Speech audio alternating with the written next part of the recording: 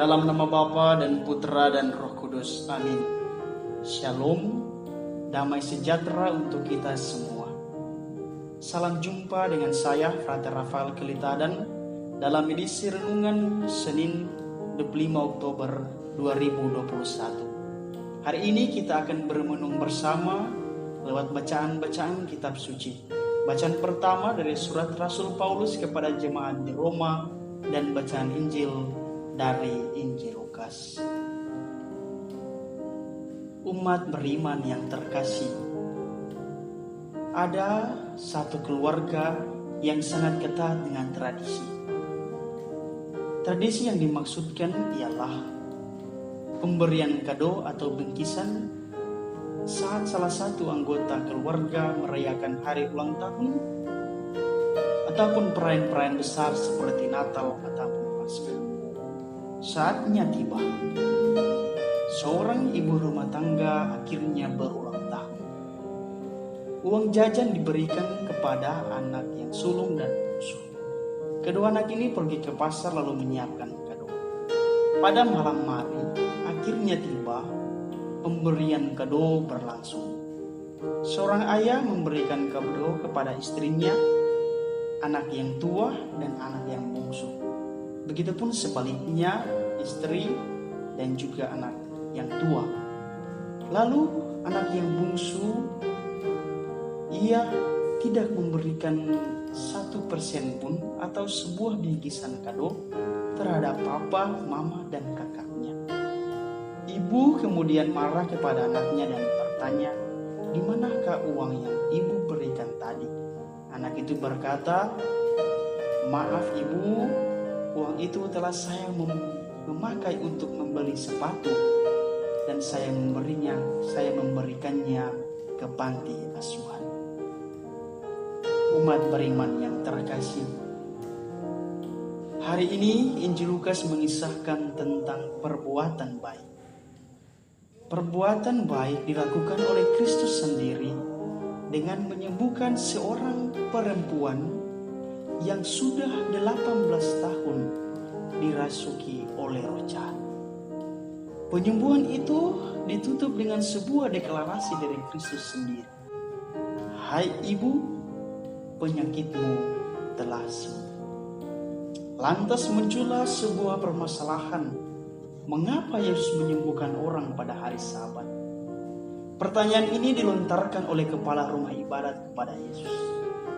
Kemudian secara spontan Yesus menjawab pertanyaan itu dengan memakai ilustrasi aktivitas mereka setiap hari. Kemudian khalayak ramai itu menjadi tenang, diam, dan kemudian memuji Allah. Umat beriman yang terkasih, dari kisah ini kita belajar bahwa perbuatan baik mengalahkan hukum Sabat, di mana kita tahu bersama bahwa pada hari Sabat sesuai dengan tradisi, di mana pada hari Sabat orang tidaklah boleh bekerja. Tetapi Kristus sendiri menyembuhkan orang pada hari Sabat.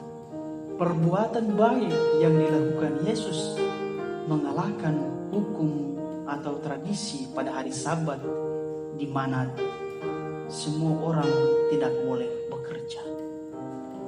Yesus menafsirkan bahwa amal dan kasih jauh lebih penting dari hukum manusia. Inilah contoh manusia yang sejati. Yesus sangat mencintai manusia sehingga menyembuhkan orang pada hari Sabat.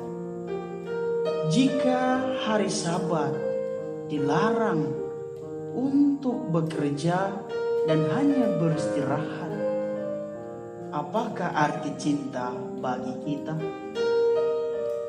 Lihat ilustrasi di atas.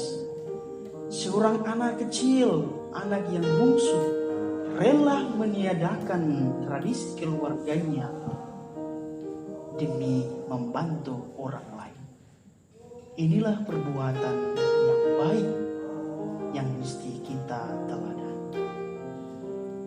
umat beriman yang terkasih, sebagai orang-orang yang percaya kepada Kristus, marilah kita bersungguh-sungguh menyemani Kristus dengan perbuatan kita.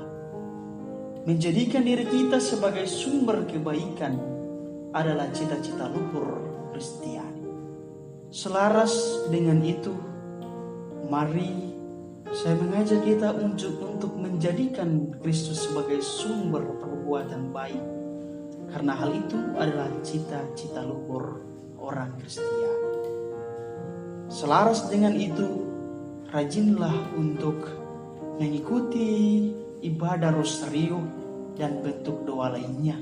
Sebab lewat doa rosario, kita belajar untuk meneladani Bunda Maria dalam perbuatan-perbuatan baik. Sehingga daripadanya perbuatan-perbuatan baik itu dapat menolong orang lain dan kemudian dapat menjadi bekal menuju kehidupan kekal. Dalam nama Bapa dan Putra dan Roh